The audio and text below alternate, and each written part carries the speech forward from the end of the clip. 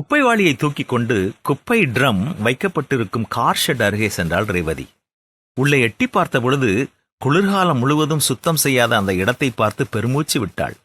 உள்ளே நுழைந்த பொழுது அங்கே கிடந்த மண்வெட்டி கணையில் கால் இடறி விழுந்தாள்.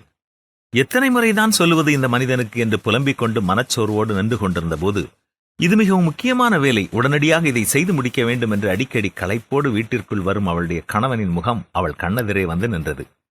திடீரென்று ஒரு தெளிவான யாரோ உரத்த குரலில் அவளோடு பேசுவது போன்ற ஒரு சத்தம்.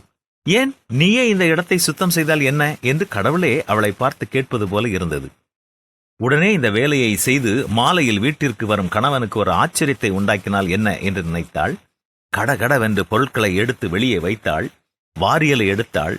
ஒட்டரை அடித்து தரை முழுவதையும் கவனமாக பெருக்கி எடுத்தாள். மேலும் தோட்டத்திற்கு தண்ணீர் போடும் குழாயை கொண்டு வந்து தரையெல்லாம் தண்ணீர் அடித்து நன்றாக தேய்த்து கழுவினாள். மதிய உணவிற்கு பின் வெளியே எடுத்து போட்ட அத்தனை பொருட்களையும் நேர்த்தியாக அடுக்கி வைத்தாள்.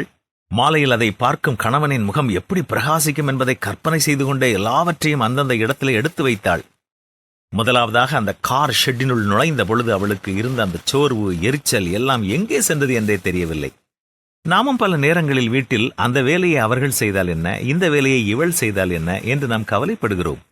இதற்கு மாறாக நேரம் கண்டுபிடித்து மற்றவர்கள் செய்ய வேண்டிய வேலையை கூட நாமே செய்வோம் என்றால் அது அவர்களுக்கு எத்தனை மகிழ்ச்சியை கொடுக்கும் இல்லையா? அன்பு ஒன்றே சோர்வையும் சுய பரிதாபத்தையும் மேற்கொள்ள வலிமை உள்ளது. அவனவன் தனக்கானவைகளை அல்ல, பிறருக்கானவைகளையும் நோக்குவானாக என்று வேதம் கூறும் சத்தியத்தை புரிந்து நாம் செயல்படுவோமா?